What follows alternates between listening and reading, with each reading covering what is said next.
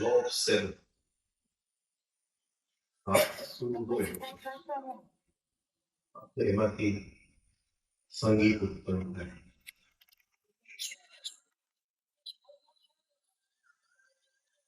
શરીરની અંદર 7 ચક્ર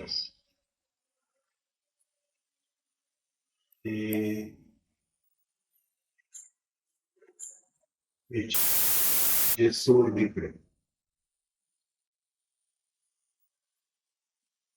એને આપણે કહીએ કે decoding of incoming numbers. જે અંદર ચિત્ર ઉત્પન્ન થાય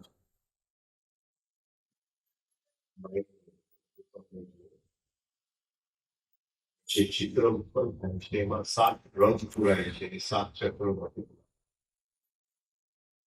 આ દુનિયા જોવા માટે સાતનો આંકડો મહત્વ.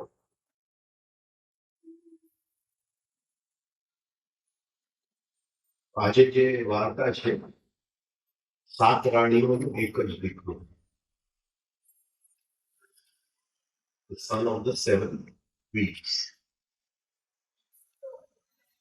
એક રાજમાં હતો એને 7 રાણીઓમાંથી એકેય છોકરાઓ નતા, એટલે કોઈ વારસ નતો, એટલે એ દુઃખી હતો. કારણ કે એને એ યાદ આવ્યા કરતું હતું કે મૃત્યુ પછી આ રાજ્યનો કોઈ વારસ નથી. તો એ ખ્યાલ જાવ હતો કે મૃત્યુ પછી કોઈ વારસ નથી, તો એ વાતની દુઃખ રહ્યા. હવે એક દિવસ ઉડો પક્ષી રહ્યો રાજ્યની અંદર, અને રાજાને કીધું કે થોડો વખતમાં તારી પ્રાર્થનાઓ કઈ જવાબ મળશે અને 7માંથી એક રાણી છે છોકરું આવશે.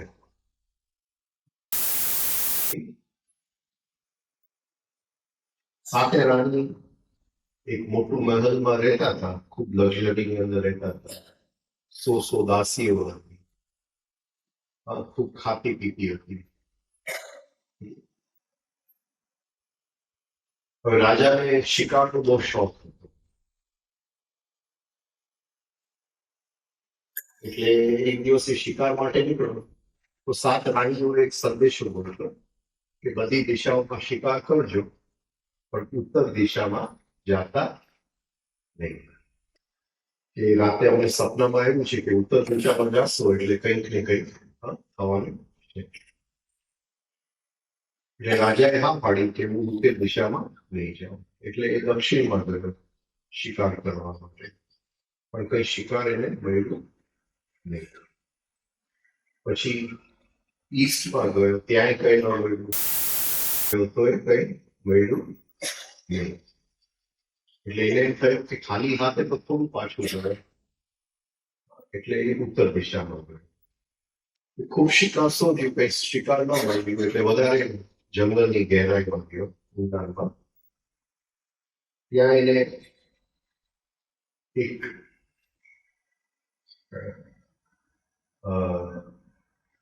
ઘોડી જોઈ. ઘોડીના સોનેરી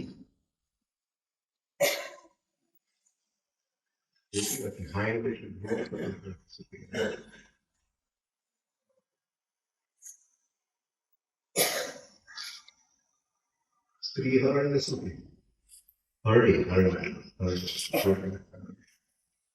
એક હરણી જોઈ, સફેદ કલરની, અને એના સોનેરી હોર્ન્સ હતા, સિંગડા, અને એના જે હૂપ્સ હતા પગની ખરી હતી એ ચાંદીના હતા, અને એકદમ સ્પીડમાં એ ચાલી ગઈ.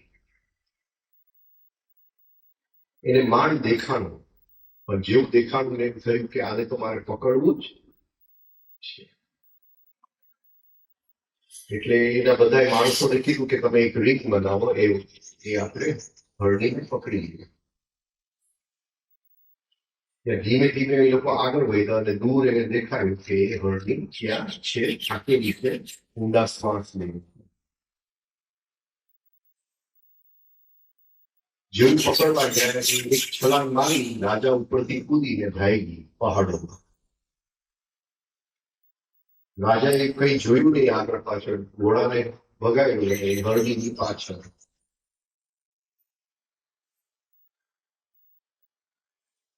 ત્યાં એક ઝૂંપડી આવી અને એ ઝૂંપડીમાં ગયો કે પાણી પીવા માટે થાકેલો રાજા. અને ત્યાં એક બુઢી બાઈ હતી અને એ ચરખા ફેરવતી હતી. અને એ પૂછ્યું કે તમે આવી હરણી જોઈ છે? તે બુઢી બાઈ એને કીધું હા. એની દીકરીને બોલાવી અને દીકરી એકદમ સુંદર હતી. અને તરત જ રાજાને ખ્યાલ આવ્યો કે એ હરણી જે મેં જોયેલી હતી એ હકીકતે આ બુઢી બાઈની દીકરી છે. એ છોકરી એને પાણી પીવડાવ્યું, પણ રાજા પાણી પીતા એના આંખમાં જ જોયા કરતો. અને એને એમ થયું કે આની સાથે તો મારે લગ્ન કરવા જ છે.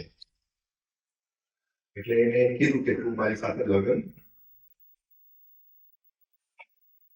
એને કીધું કે 7 રાણી તો તારી પાસે બહુ મુશ્કેલ પડશે સાચવવું, એટલે હું નહીં લગ્ન કરું. તો ખૂબ રાજાએ ખૂબ એની ભીખ માંગી કે, તો એને કીધું કે એક કામ કર, 7 રાણીની આંખ કાઢી અને એની એક માળા બનાવી દે અને 7 રાણીને તું જેલમાં નાખી દે, તો હું તારી સાથે લગ્ન. તરત જ રાજા પાછો ગયો, 7 રાણીની આંખો કાઢવામાં આવી, એની એક માળા બનાવી અને એ 7 રાણીને જેલમાં પૂરી દીધા. એ 7 રાણીની જે માળા હતી છોકરી એની માને આપી દીધી અને એ કીધું કે હું જાઉં છું હવે રાજા તરફ. એને રાજાએ મહેલ આપી દીધું જે 7 રાણીઓ રહેતી હતી અને એ ત્યાં આરામથી રહેવા માંડી. આવ્યા તો જે નાની રાણી હતું એ સુવાવડ થયું એટલે છોકરું થયું. છોકરો બહુ દેખાવડો હતો. બાકીની 6 રાણી જરા જેલસ થઈ કે નાની રાણીને છોકરું આવ્યું. એ છોકરો બહુ હોશિયાર હતો. એને તરત જ એક કાણું પાડી લીધું અને રોજ એ જેલમાંથી બહાર જાય અને જાત જાતનું ખાવાનું લઈ આવે અને 7 રાણીને ખુશ કરે એટલે બધા એની પર એકદમ ખુશ થયા. દિવસની અંદર 3 વખત એ બહાર જાય, બધાની સાથે રમે ગામમાં. ગામમાં કોઈને ખબર નહીં કે આ છોકરું કોણ છે, પણ બધાને એ છોકરો બહુ ગમે અને બધા એને કંઈક ને કંઈક આપે, ખાવાનું આપે અને એ બધું લઈ આવે જેલની અંદર. આવી રીતે એ મોટો થઈ ગયો. મોટો થયો તો એને થયું કે હવે શિકાર કરવા જવું છે મારે. એટલે એ નીકળો શિકાર કરવા માટે. તો ત્યાં જે રાણી હતી એના મહેલ પાસેથી એ નીકળ્યો અને ત્યાં થોડા કબૂતરો પકડતા હતા એટલે એને થયું કે ચલો કબૂતર પર શિકાર કરો. અને એને એક કબૂતરને તીરથી માર્યો એટલે કબૂતર મરી ગયું.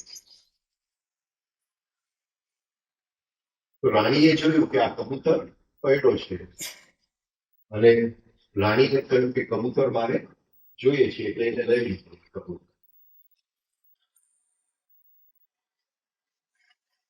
રાણી પાસે અમુક ડાકણની શક્તિ હતી એટલે એને ખ્યાલ આવી ગયો કે આ જે છોકરો છે એ રાજાનો દીકરો છે અને મારે મારી નાખવો જોઈએ. તો એને એના નોકરને મોકલ્યું અને કીધું કે તારો આ શિકાર હું રાખી દઉં. તો છોકરો કે શિકાર તો તમારે મને આપવું પડશે, મારી 7 આંધળી માં છે એની માટે મારે ખાવાનું લઈ જવાનું છે, એટલે એ શિકાર તો મને જોશે. કે જો તું શિકાર મને આપીશ તો તારી જે 7 માની આંખો જે જગ્યાએ પડી છે એ મને ખબર છે. હા? તો હું તને એ જગ્યા બતાવી દઈશ, તું આંખ લેતો આવ તો તારી 7 માં ફરીથી દેખતી થઈ જશે. તો એકદમ ખુશ થયો. એટલે એને કીધું કે ભલે મારો શિકાર હું છોડી દઉં છું. એટલે એને કીધું કે મારી માં આ જગ્યાએ ઝૂંપડીમાં રહે છે જંગલમાં, તો એની પાસે જા. અને એની પાસે એક માળા છે જેમાં બધી રાણીઓની આંખ છે. એ તો રાણીઓ દેખાવા માંડશે. અને એને એક ચરમા ઉપર કંઈક લખીને એને આપી દીધું કે આ મારી મારી ચિઠ્ઠી આપજે એટલે તને આપી દેશે. એમાં એમ લખેલું હતું કે આ જે લઈને આવે એને મારી નાખજો અને એનું લોહી આખા જંગલમાં ફેંકી દેજો. તો ગયો, ત્યાં જાતા જાતા એક ગામમાંથી ગયો અને ત્યાં એક જણો બેઠો હતો, એકદમ ઉદાસ બેઠો હતો. કે શું કામ ઉદાસ બેઠો હતો? કે આ દેશની જે રાજકુમારી છે ને એ લગ્ન કરવાની ના પાડે છે, બીજો કોઈ વારસ નથી, એટલે રાજા મરી જશે એટલે આ દેશને કોઈ રાજા નહીં. કેટલા બધા એને બતાવવામાં આવ્યા પણ ક્યાંય એ લગ્ન કરવાની હા નથી પાડી.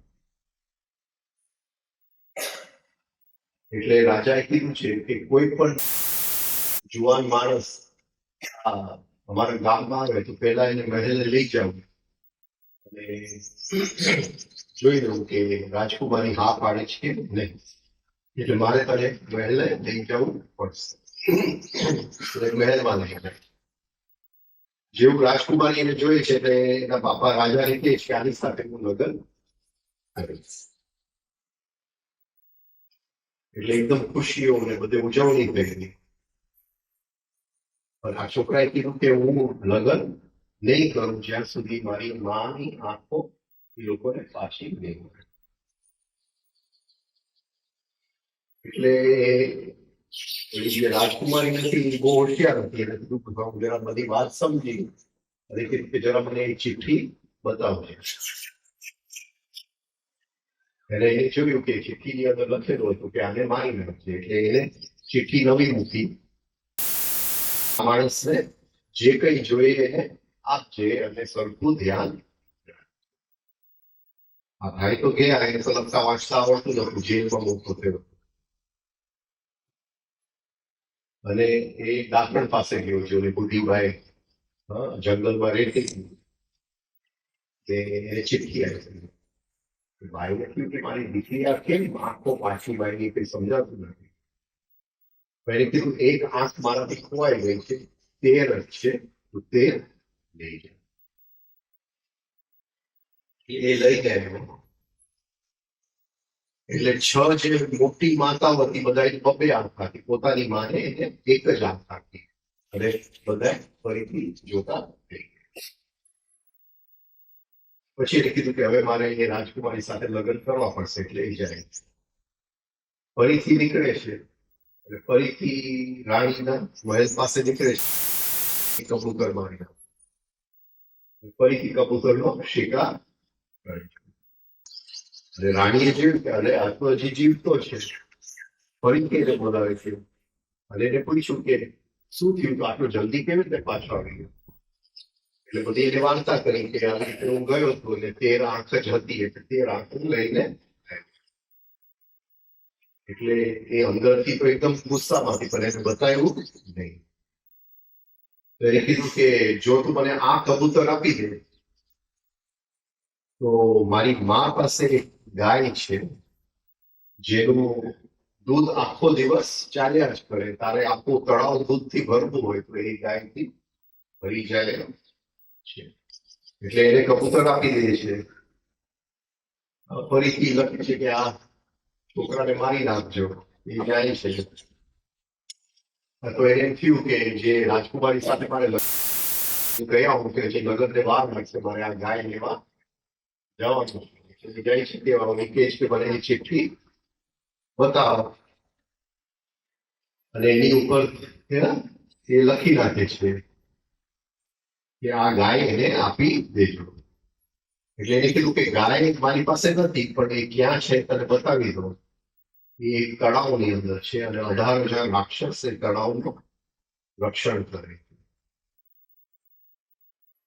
અને એને કીધું કે તું જલ્દી જા, બાકી મને ગુસ્સો આવશે કે મારી દીકરી આટલી મૂર્ખી કેમ છે કે આ બધી વસ્તુઓ આપી દે છે.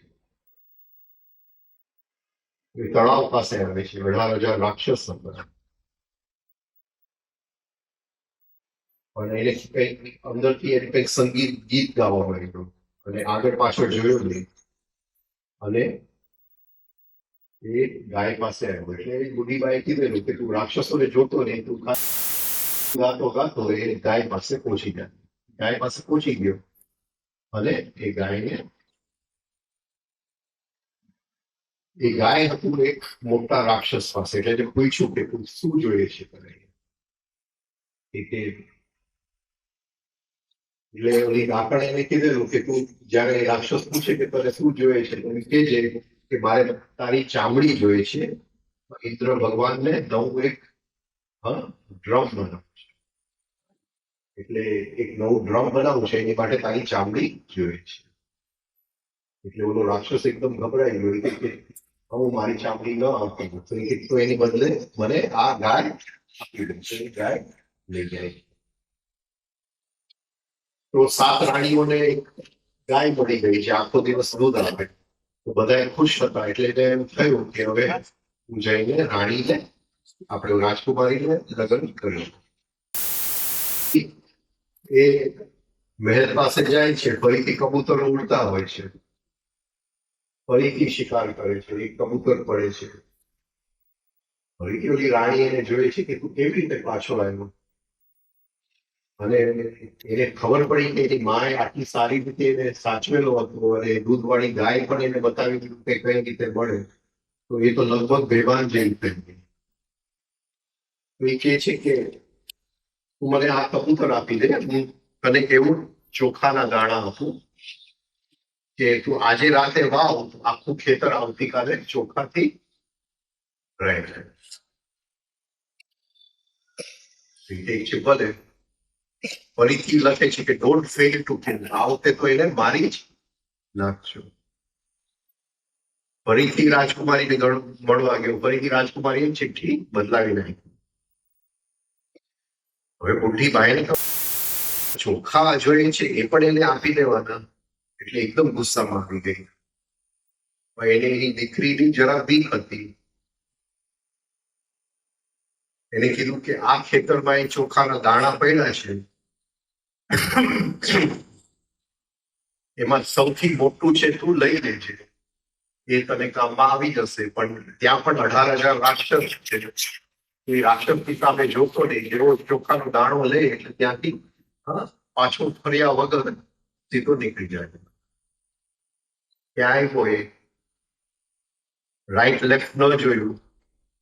ત્યાં બરાબર ખેતરની વચ્ચે મોટો ચોખાનો દાણો હતો, એને લઈ લીધું અને રાક્ષસો સામે જોયા વગર નીકળી. ના સોરી. એટલે એ પાછો પડતો હતો, ત્યાં એને પાછું જોયું અને સામે જોઈ ગયા અને એ ભસ્મ થઈને પડી ગયો. હવે ઘણો વખત થયો તો ચોખાના દાણ્યા વગર એ છોકરો આવ્યો નતો. એટલે જે બુઢી ઓલી દાખણ હતી એને કહ્યું કે આ કંઈક થયું છે. એટલે જઈને જોયું કે એ તો રાખનો ઢગલો પડ્યો છે. એટલે રાખમાંથી એને એક આટા બનાવ્યો, એમાંથી એક માણસ બનાવ્યું અને એની પોતાની આંગળીમાંથી એક ટીપું લોહી એની અંદર એની ઉપર મૂક્યું અને ફૂંક મારી અને ફરીથી છોકરો જીવતો થઈ ગયો. એ ફરીથી એની મા પાસે આવ્યો. હવે તો એને એવા ચોખા પડી ગયા કે આખું ખેતર એક રાતમાં ચોખા આપી દે. લગ્ન થઈ ગયા રાજકુમારી સાથે અને ત્યાં એને નવું મહેલ બનાવ્યું. એની માઓ રહેવા માંગ્યા. પછી માએ કીધું કે હવે ઓલા જે રાજા છે એ માટે આપણે એક મોટું જમણવાર. ત્યાં સુધી રાજાએ ઘણું સાંભળેલું કે હવે 7 રાણીનો એક છોકરો છે અને એ આવીને જોયું આ તો નવું રાજ્ય ને આટલું બધું મિલકત છે આ છોકરા પાસે કોણ છે? અને પછી જોયું તો આ તો એની 7 રાણીઓ બેઠેલી હતી. અને પછી રાણીઓએ કીધું કે આવી રીતે થયું હતું અમે. હા, તો રાજાએ પછી ઓલી જે હરણી રાણી બની હતી એને પકડીને જેલમાં પૂરી દીધી અને ખુશીથી રહ્યા.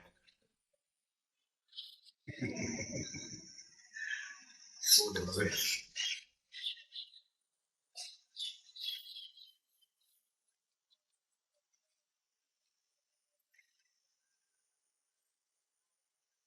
થયું ફેરી છે.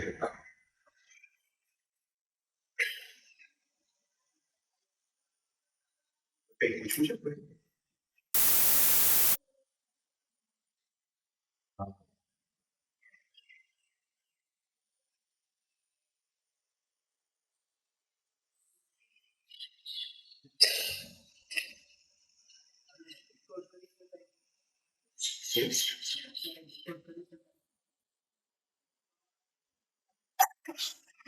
ટ્રાય કરો. એટલે મેં થોડુંક કીધેલું પેલા કે 7માંથી 1 બને છે. અને 7માંથી 1 બને છે એ હાયર પણ બની શકે હવે લોઅર પણ બની શકે.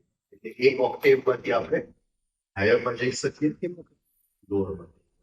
એ આપણા હાથની વાત છે. જ્યાં સુધી અંદર ટેમ્પટેશન છે, લોભ છે, ત્યાં સુધી ઓલવેઝ નીચે પડવાનું.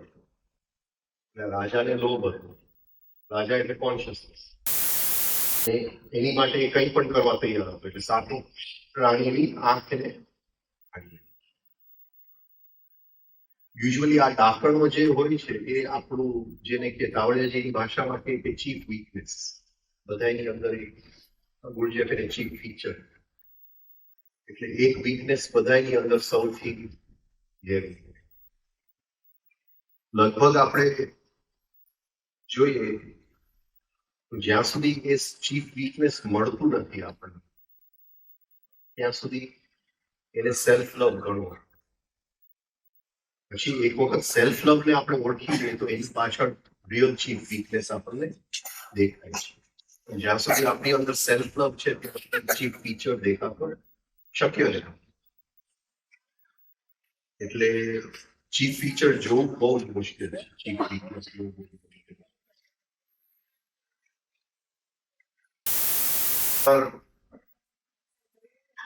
ગુરુને દેખાય છે પણ એ ભૂલથી પણ શિષ્યને ન કહી શકે.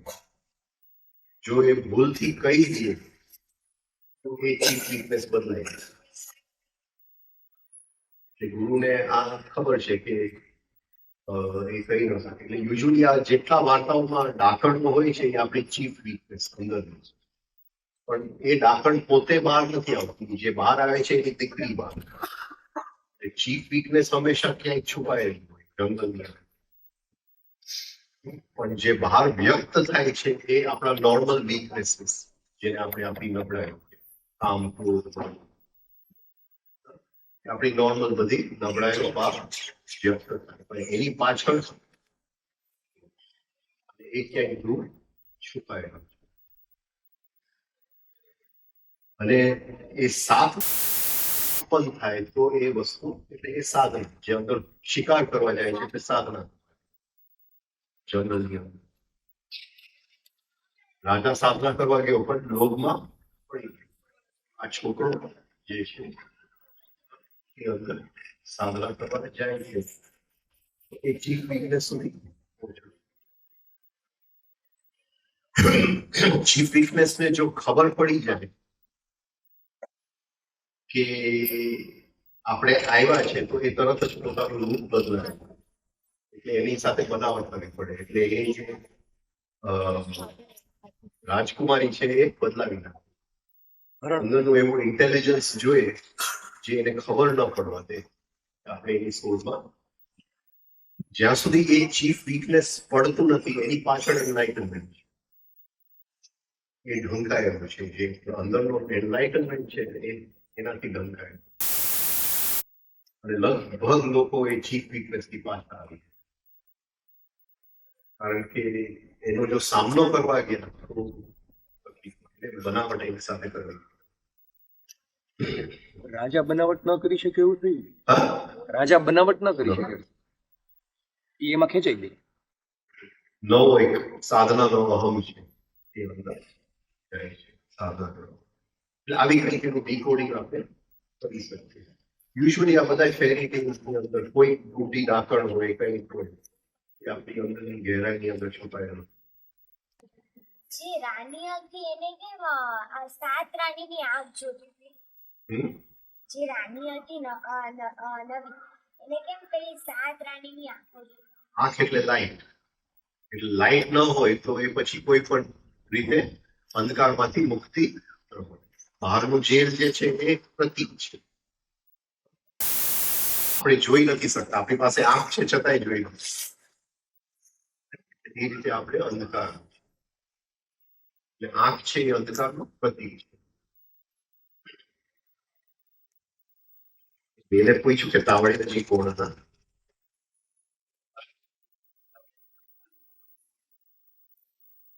એની માનું નામ મને યાદ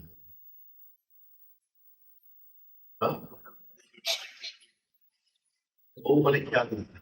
મેં એના ફોટાઓ જોયા છે.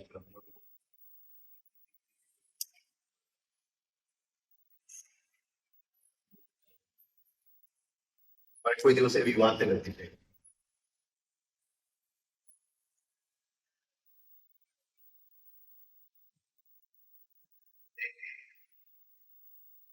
જે કઈ એમને મારી સાથે વાત કરી એ કઈ આ બધી વાત નથી કરી.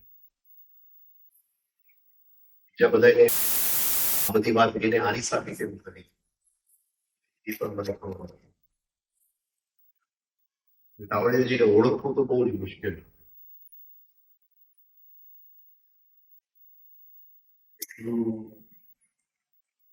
કહી શકું કે એક લાંબો રસ્તો એને બહુ ટૂંકો બનાવી દીધો. અને એક શું થોડું ટ્રેનિંગ મારી અંદર હતું જ પહેલા. એ પહેલા ઓશો મળ્યા, પછી રામદુલાને બાપુ મળ્યા, ભગવાન મળ્યા,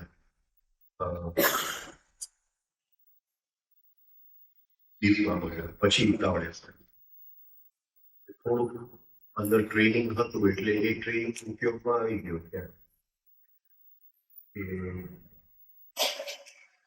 અને એ મેં જોયું કે જે બીજું બધું ગ્રુપ હતું એની પાસે આ ટ્રેનિંગ એટલે એ લોકો એની પાસે આવે ને બેસે, પણ જે શિષ્યત્વનો ભાવ જોઈએ ને એ ક્યાંય દેખાય નહીં.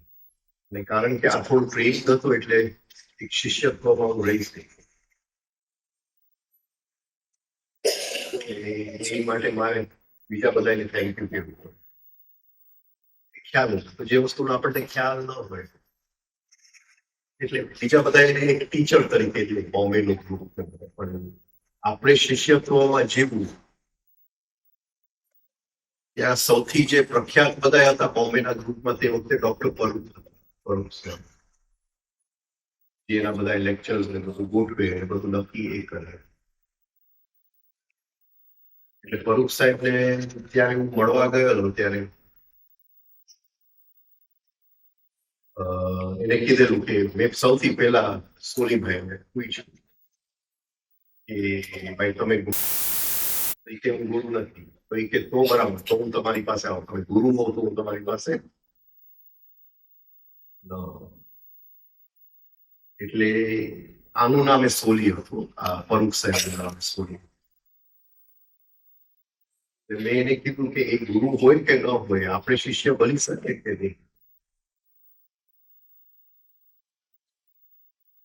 એ જે અંદરનો શિષ્યત્વ છે એ આ બધા ટ્રેનિંગના કારણે મળેલું અને એ શિષ્યત્વના કારણે કદાચ એમને આપ્યું. આમ તો શરૂઆતના વર્ષોની અંદર તો બાદુતું રહેતું હતું એટલે હું ને હિના દર મહિને એમના લેક્ચરમાં જાય બહુ એક બે વખત એને ખબર માંડી અને પછી લેક્ચર પાછા આવ્યા. પછી 92 થી હું બોમ્બે રહેવા ગયો અને 94 એમને શરૂ થયું. કેટલા પોણા 2 થી 1.5 વર્ષ. ત્યારે. ને એ લગભગ રોજ બપોરે એટલે. ને આમ કઈ બીજી વાત નથી.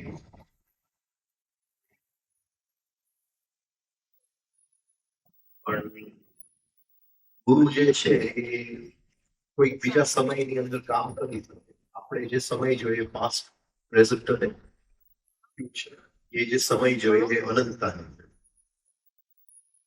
એ અનંતતાને જોઈ શકે એટલે એની અંદર એ અમુક બીજ રૂપ કરે. એ બીજ આપણને ખ્યાલ આવે કે આ બીજ ક્યારેક ક્યાંક રોપાણું હતું પણ આપણા લાઈફમાં ક્યાંક ને ક્યાંક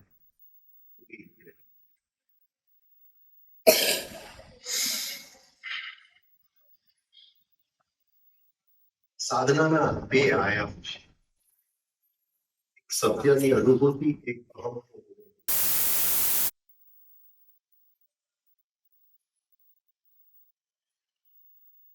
અને બેવ સાથે નથી ચાલતું.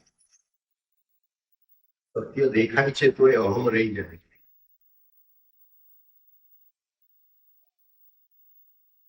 અહમ ખાલી વ્યવહારમાં ઓગળે છે. અહમ મેડિટેશનમાં બેસવાથી નથી ઓગળતું. જે મેડિટેશનમાં બેસવાથી જે મળે છે એ સત્યની અનુભૂતિ.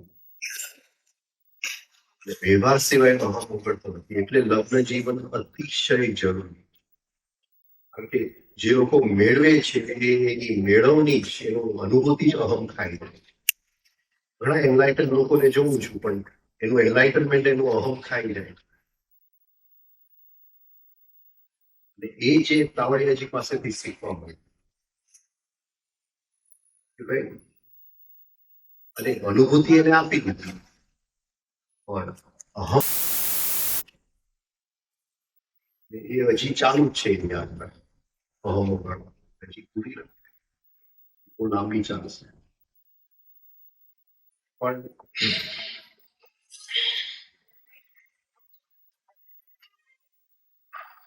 એને ટૂંક સમયની અંદર કંઈક એને આપી દીધું અને એ કદાચ એ એટલું હતું કે બે વસ્તુ ગણું. કાં તો હું શિષ્ય હતો અને કાં તો એને કોઈ બીજું મળ્યું નહીં. છેલ્લે છેલ્લે કોઈ હતું નહીં. એટલે ઘણી વાર મને લાગે કે બીજું કોઈ ન મળ્યું એટલે છેલ્લે આ જે ભાઈ હાથમાં આપી દીધું. જે સૌથી ઈઝી વસ્તુ હતી એની સરળતા. એટલો સરળ વ્યક્તિત્વ કદાચ ક્યાંય પણ જોવા ન મળે. એટલો રિલેક્સ વ્યક્તિ ક્યાંય પણ ન. એના શરીરના એકે અંગની અંદર ટેન્શન ન. એકે અંગની.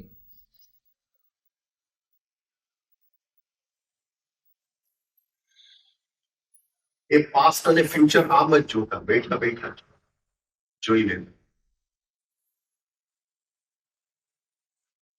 એને કોઈ દિવસ કેવું ન પડે કે આજે એક્સરસાઇઝ કર્યું છે કે નથી. એ મોડું જોઈને કહી દે કે આજે કર્યું છે કે નથી. એને એ પણ ખ્યાલ હોય કે આ વ્યક્તિ કેટલું કરવાનું છે કે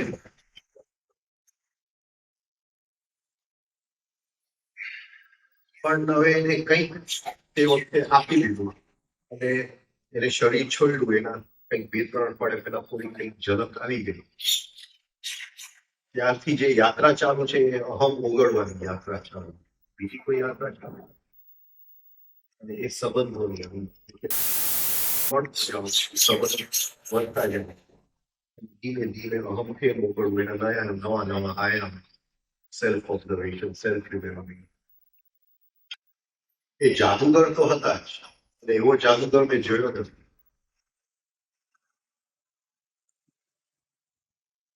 બીજા ઘણા ગુરુઓ જોયા. એટલે ગુરુઓ કે આવું કંઈક ખાવાનું છે, આવું કંઈક ખાવાનું છે. અત્યારે પીરિયડ સારો નથી પણ એક્ઝેક્ટ આમ જ અને આ ટાઈમે જ ખાવાનું છે, આ રીતે જ થશે એ કહેવાનું કોઈ ખબર. જાણે કે આમ it was so easy for him. એને છઠ્ઠે માળે રહેતા હતા પણ એ આમ બેઠા હોય એને ખબર પડે કે અરે પગથિયાં કોઈ ચડી રહ્યું છે મને મળવા માટે, તરત જ જઈને દરવાજો ખોલે ભાઈ અંદર આવી.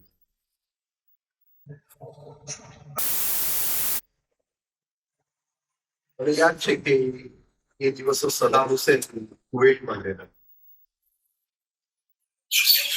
અને ત્યારે આ બુશના ફાધર બુશે કીધેલું કે એને 24 કલાકમાં અમે કુવેતથી કાઢશું. તો એને મને આમ ચિઠ્ઠી લખી કે આ તારીખે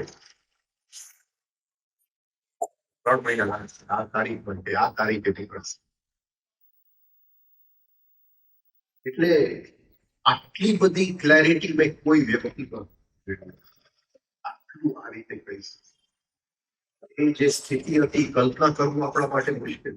એની પાસે રહ્યા થોડો પ્રસાર મળ્યો. એટલે આમ એના ફેમિલી લાઈફમાં બહુ મને ખ્યાલ નથી. થોડા ઘણા એના ફેમિલીને મળેલું છે. બધાને પડતું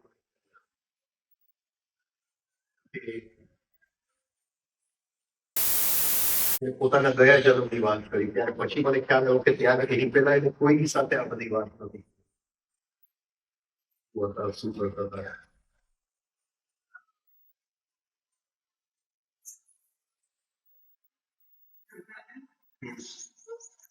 મારી સામે છું ને,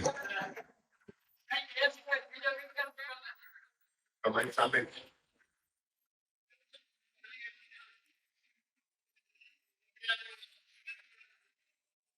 તમે ક્યાંથી સ્ટેપ ચાલુ રહેશો?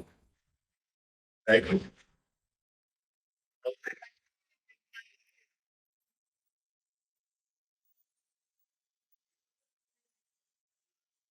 એક વખત મેર બાબાના લેક્ચર ગયા ને કોઈ લઈ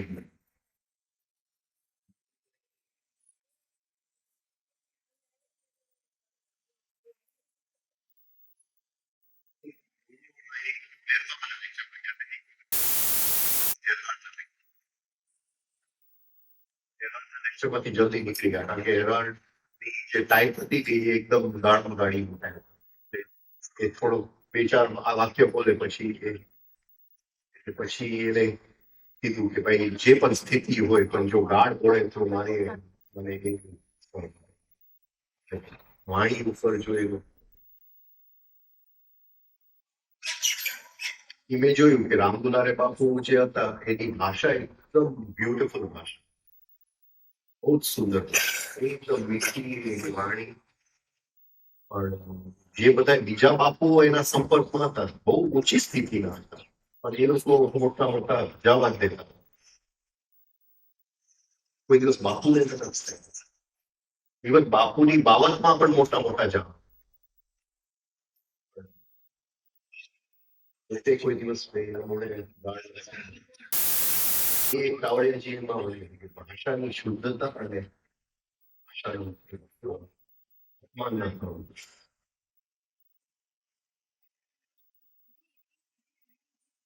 હા, માધુપુરમાં તો ઘણી વખત આઈ થિંક 88 માં આવ્યા, 89 માં આવ્યા. એક જ વર્ષ વચ્ચે હતા એક 93 સુધી આઈ થિંક એક જ વર્ષ વચ્ચે એક વર્ષ 2 વખત આવ્યા.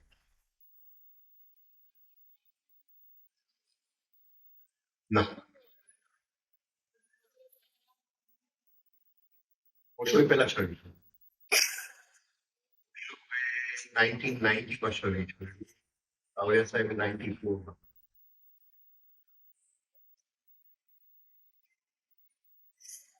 પણ મને બે વસ્તુ એને કીધેલી મને એમ છે કે એક જયારે આને ઓશો નામ આવી લીધું ત્યારે એને મને કીધું કે હવે એનું મૃત્યુ તૈયારી કરે છે. અને પછી જયારે વિવેકે સુસાઇડ કર્યું, એ સુસાઇડ હતું કે શું ખબર નથી. ત્યારે એને કીધું કે હવે આ 1 મહિનામાં જશે, 1 મહિનામાં.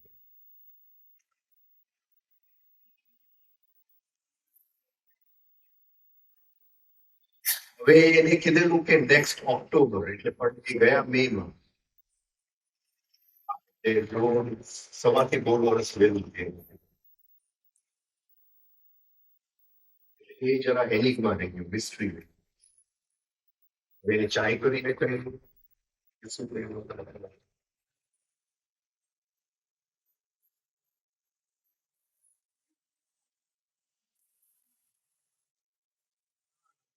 નોર્મલ ઓર્ડિનરી લાઈફ જીવન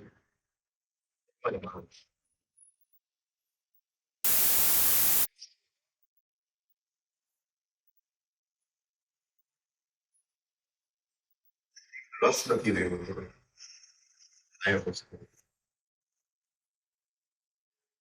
આપણી જે લાઈફ છે રીતે જીવતા જાય એટલે અહમ ઉકળતું જાય પ્રસંગો જીવનના બને એમાં તો અહમને આપણે જોઈ લીધું મોકો આપે ફરીથી જોવું જોઈએ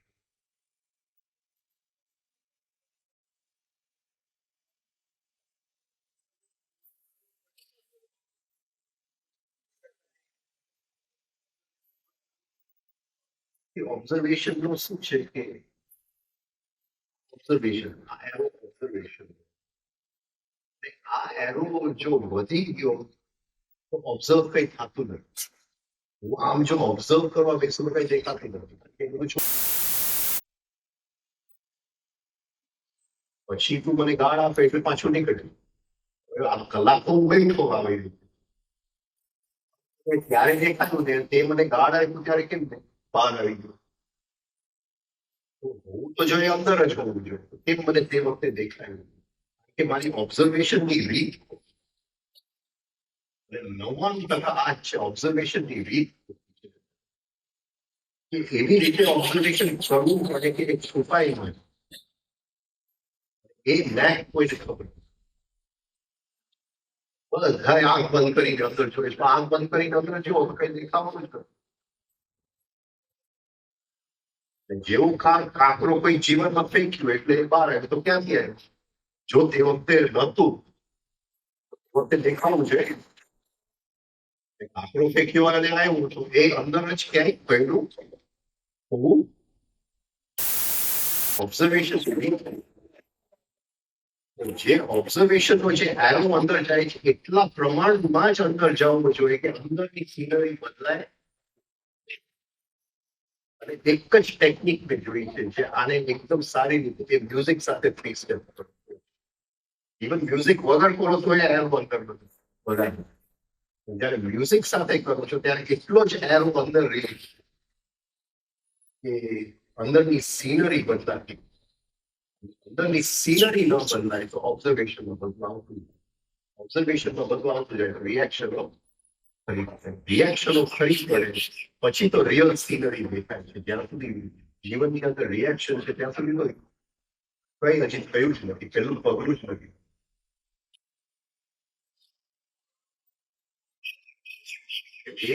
ઓબ્ઝર્વેશનમાં કેટલો પ્રકાશ અંદર લઈ જાઓ ટ્યુબલાઇટ ચાલુ કરી દે તો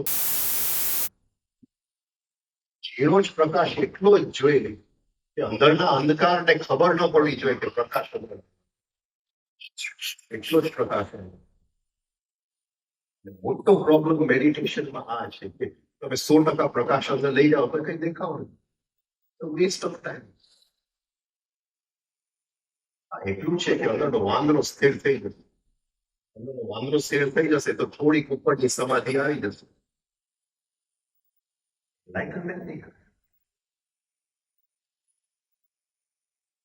લાંબી યાત્રા છે એ લાંબી યાત્રા એટલો જ પ્રકાશ અંદર લેતા જવાનો જેતા જાઓ અંદરની સિનરી ડિસ્ટર્બ ન થાય ધીમે ધીમે પ્રકાશ વધારતા જાય સિનરીની ગહેરાઈમાં જતા એટલે 3 સ્ટેપ નું આટલું એ મ્યુઝિક સાથે છે આવી ટેકનિક કોઈ નથી થઈ ગઈ છે બાકી બધા ટેકનિક્સ છે જે છે એ અંદર 100% ધ્યાન લઈ જવાના છે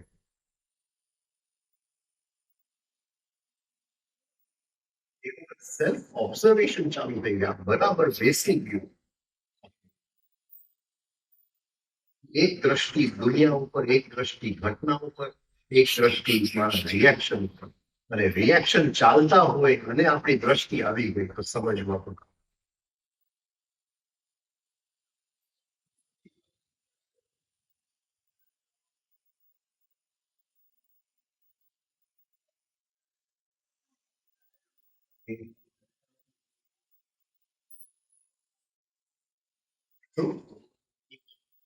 Dedication to the Guru.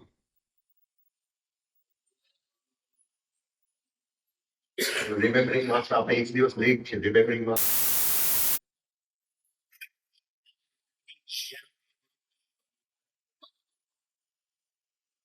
Dedication.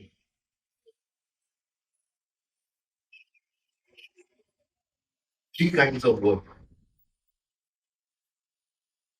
Work on self, work for the group, work for the work. આ ત્રણે સાથે ચાલવા છે. ખાલી વર્ક ઓન સેલ્ફ ચાલે તો એ આપણે ટોટલ અંતર્મુખ બનતા છે. Work own self, work for the group એટલે બીજાને મદદ કરતા જાય. અને વર્ક ફોર ધ વર્ક એવી જગ્યાએ આપણે બીજ રોપીએ કે ફરીથી એમાં કોઈક ને કોઈક નીકળી આવે જેને અંદર રસ થાય કે આ એ ડેડિકેશન છે. વર્ક પહેલું છે કે વર્ક ઓન સેલ્ફ કે મારું અટેન્શન અંદર લઈ જવું. બીજું કે જેનું અટેન્શન મારા ગ્રુપમાં એટલું ગહેરાઈમાં નથી ગયું એને મદદ કરતો છે. અને ત્રીજું જે લોકોને આ વસ્તુનો ખ્યાલ જ નથી ત્યાં બીજ છાપતો જાઓ એમાંથી કોઈક નીકળે છે પૂછે કે અટેન્શન અંદર કેમ લઈ જાઓ.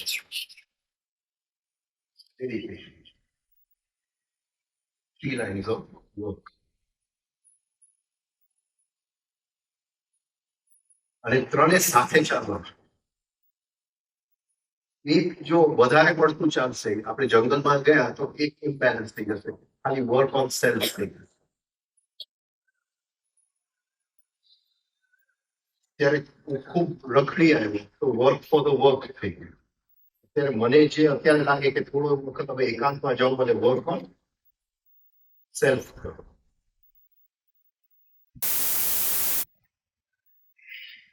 અત્યારે જે આવ્યું વર્ક ફોર ધ ગ્રુપ હું અત્યારે રાહ જોઉં છું કે હવે થોડુંક મને આવતીકાલથી સ્પેસ મળે તો વર્ક ઓન સેલ્ફ કરું. પાછું વર્ક ઓન સેલ્ફ કરું તો એ થોડું બધું બેલેન્સ થઈ ગયું. પાછું વર્ક ફોર વર્ક.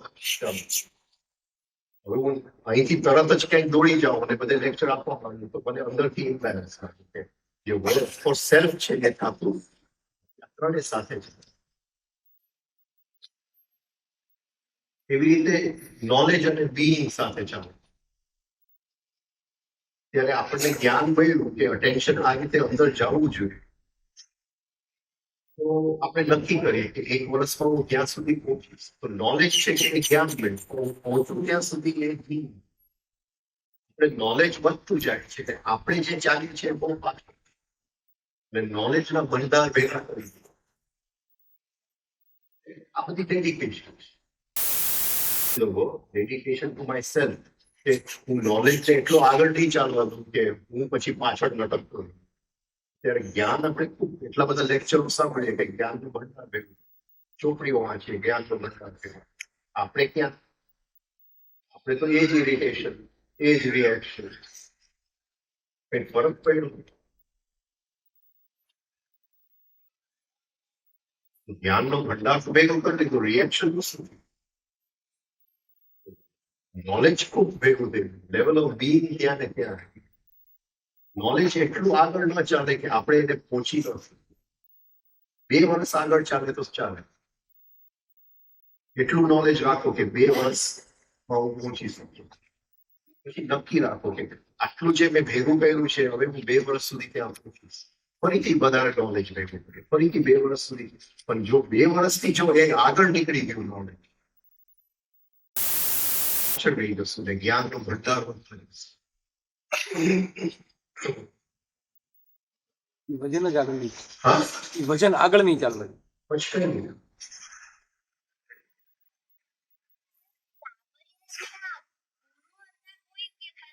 જેનાથી એક ખાસ ફ્યુચર જોઈ શકતા તેના કોઈ ગુરુ હતા કે એમની પોતે જ બધું પ્રિપેર કરવા એટલે એમને વાર્તામાં કીધી છે કે આ મારા ગુરુ હતા એમની પાસેથી હું શીખ્યો.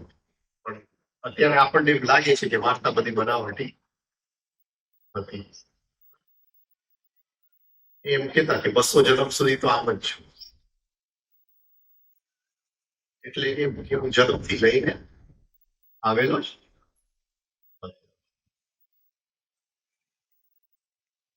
ત્યાં દીદીમાને મળવા આવ્યા એટલે દીદીમાં મેં કીધું કે હું તો ગધેડો છું, મારા ગુરુએ મને બચાવ્યો. દીદીમાએ કીધું તમે ખોટું કેમ બોલો છો, તમે જન્મથી જ આ બધું લઈને આવ્યા.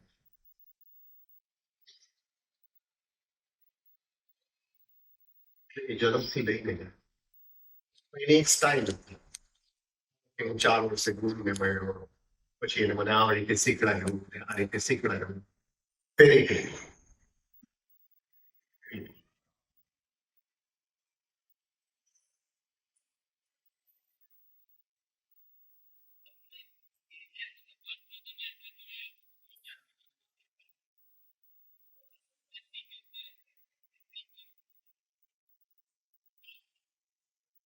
પ્રશ્ન પહેલા જ મીટિંગ હતી.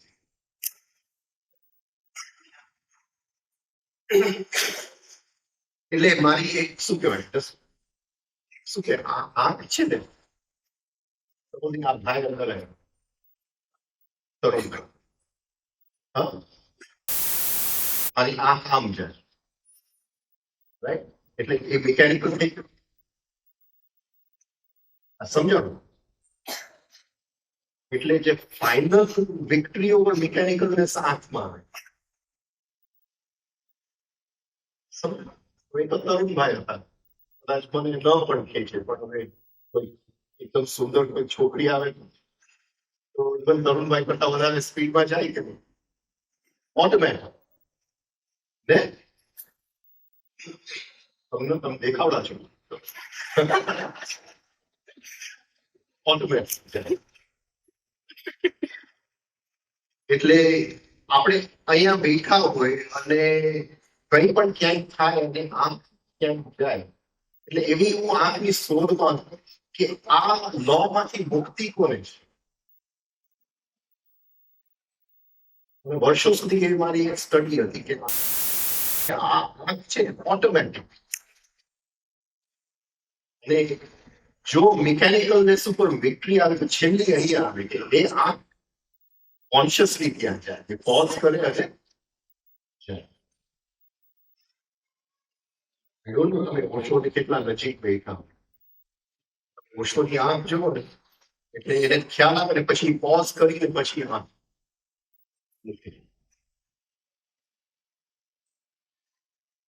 એટલે એવી કઈક આંખની શોધમાં હું, અને જેવું મેં જોયું મેં કીધું આંખ તો ટોટલી ફ્રી જ છે. એટલે જે તે વખતે મારી માન્યતા, જે મારું લેવલ હતી, એવું નથી તો હું કોઈ બીજાને ઓળખી શકું, જે મારું એટલે તરત જ મને ખ્યાલ આવ્યો. બીજું બધું બાકી તો એ જે કહેતા હતા બ્રીધિંગ, એટલે તો જે મેડિટેશન કરે એના માટે તો બ્રીધિંગ એટલે તો સાવ સાવ ઈગો સંતોષાય જ નહીં. કોઈ કે બ્રીધિંગ એક્સરસાઇઝ કરવું એટલે જે મેડિટેશન કરતું હોય, વિપશ્યના કરતું હોય એને તો શું કહેવાય, ત્યારે હું નાદબ્રહ્મ બહુ કરું, આખી આખી રાત નાદબ્રહ્મ કરું. એટલે નાદબ્રહ્મ આટલું કરું છું ને આ બ્રીથિંગ ની વાત કરે પાછું કે આ બધું છોડી દે, એટલે એ ગળે ઉતરતી નથી. બહુ વાર લાગે ગળે.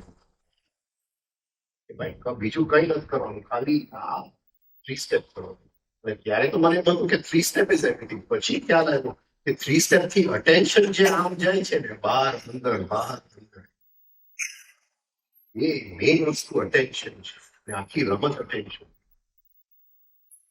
ટેન્શન જો આમ બેસી ગયું તો બહુ મોટી આપણી ઉપર કૃપા થઈ. એ તો પેલા જ ખ્યાલ આવ્યો. એનું હું નથી કેતો કે એની ઉપર મેં મારી જાતને લઈ આવતા વાર લાગે. હું મળ્યો 88 એપ્રિલમાં, અને ખ્યાલ તો તરત કરી ગયો, પણ લેક્ચરમાં જતો થયો 89 ફેબ્રુઆરી. એટલો ગેપ આવી ગયો એક વખત. એ બેવું છે.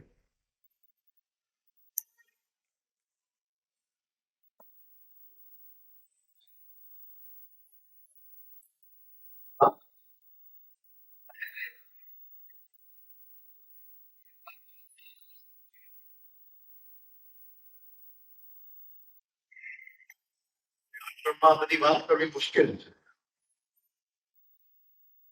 પણ એ માનતા હતા કે માણસને વેલ્યુ વગર એ કંઈ કરતો, એટલે જે માણસને આખો દિવસ જોબમાં જવું પડે, ફેમિલીના બધા જવાબદારીઓ પૂરા કરવા પડે, અને એ બધું કરતા કરતા એ એના સાધના માટે ટાઈમ કાઢી શકે તો એને સાધનાની વેલ્યુ છે. અને જે માણસ પાસે 24 કલાક સાધના કરવા માટે છે એની પાસે સાધનાની વેલ્યુ એટલે આ એની એક માન્યતા. જો 24 કલાક તમે સાધના કરી શકો તો તમે કંઈ કરવાના નથી. આખો દિવસ તમારે જોબ કરવું પડે, મહેનત કરવી પડે, ફેમિલીનું દેખરેખ રાખવું પડે, બધું કરવું પડે, અને એમાંથી જો ટાઈમ તમે કાઢી અને કરો તો એ જે વેલ્યુ છે કે છતાં પણ તમે ટાઈમ કાઢીને કરો છો એ તમને આગળ નહીં. It is the value which is if it is sufficiently value. એટલે એ ફેમિલી લાઈફ ઉપર બહુ જોર છે. આ બધી વાત આશ્રમમાં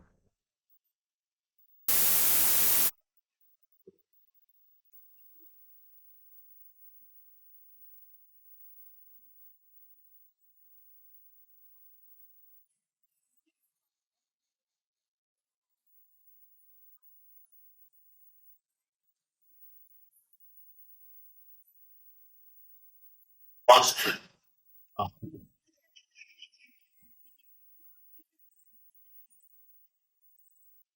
એકદમ ફાસ્ટ. એકલતા તો એકદમ લાગે, હજી એ મને લાગે, હજી આમ ફોટો જોઉં સામે રૂમની અંદર કે કઈ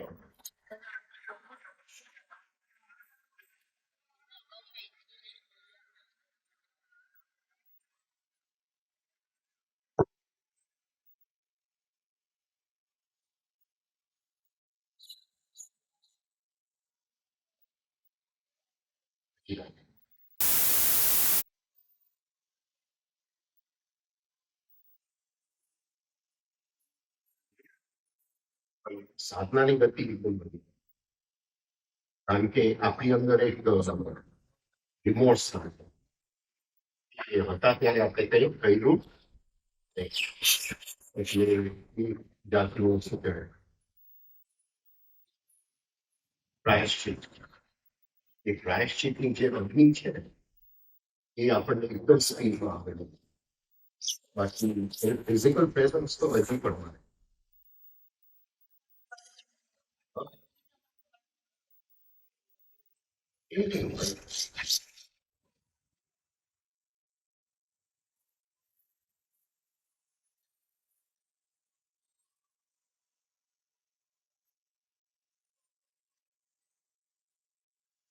એટલે આઈ મિસ યુ.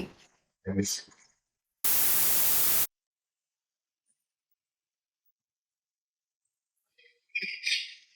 એટલે એ પ્રાયશ્ચિત રહી જાય એટલે સ્પીડમાં આપણે બહુ આગળ છે પ્રાયશ્ચિતની અગ્નિ. પણ એ પણ થાય છે બધું પાછું લઈ ગઈએ એ પાછા આવે. પછી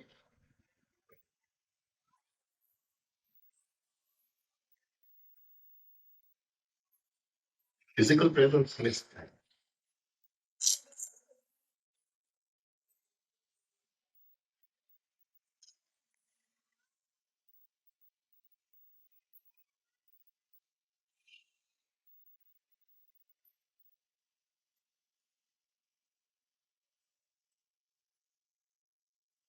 એટલું જ તાજું છે અત્યારે, કઈ ટાઈમ નથી હોય એનો સ્પર્શ બધું એટલું જ લાગે.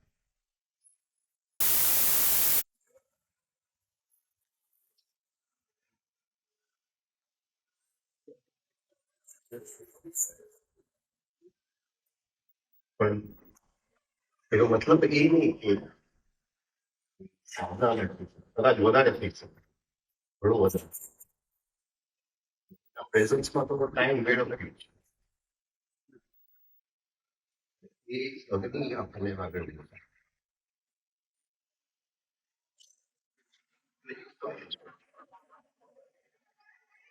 ઉત્સુક